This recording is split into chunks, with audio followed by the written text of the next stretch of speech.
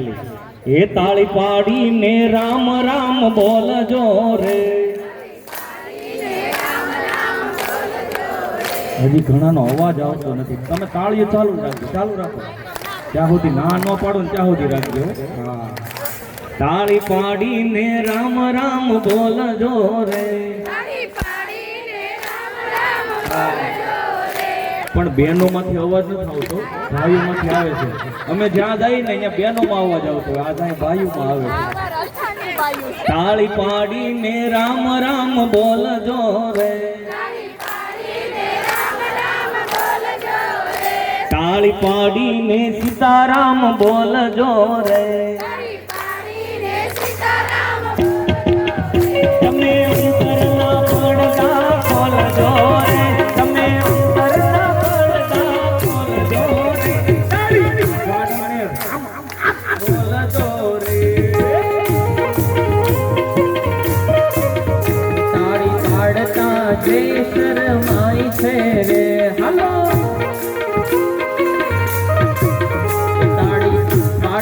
જે શરમાય છે રે. હાલો,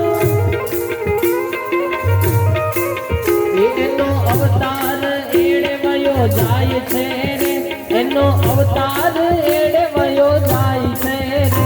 તાળી પાડીને રામ નામ બોલજો રે. તાળી પાડી નરસિંહ મહેતા ના કરે રે. હાલો,